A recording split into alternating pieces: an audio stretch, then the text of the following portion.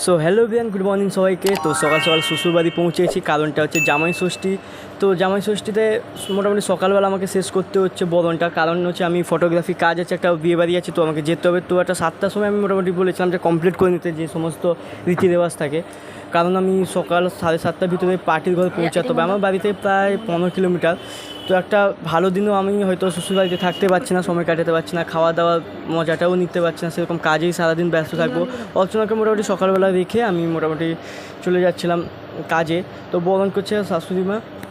তো বরণের পরে মোটামুটি ফল টল অনেক কিছু খাবার হয়েছিল। তো আমি সকালবেলা খুব একটা কিছু খাই না, চা খেয়ে একটা শুধু মিষ্টি খেয়েছে, এত কিছু আমি অবশ্য খাই না জানো। তো মোটামুটি ক্লায়েন্টের বাড়িতে পৌঁছে গেছি। তো জায়গাটা খুব সুন্দর, গরমের মধ্যে প্রচণ্ড কাজ করতে একটু অসুবিধা হচ্ছিলো অবশ্য, তো কোনো ব্যাপার নয়, কেন কাজ তো করতেই হবে। তো এটা হচ্ছে গেট বিয়েবাড়ি, খুবই সুন্দর সাজিয়েছে, ডেকোরেশনও ভালো। চলো বেশি কথা না বলে আমি কাজটা শেষ করতে হবে, পরে ভিডিও জলদি আসবো। Tata bye.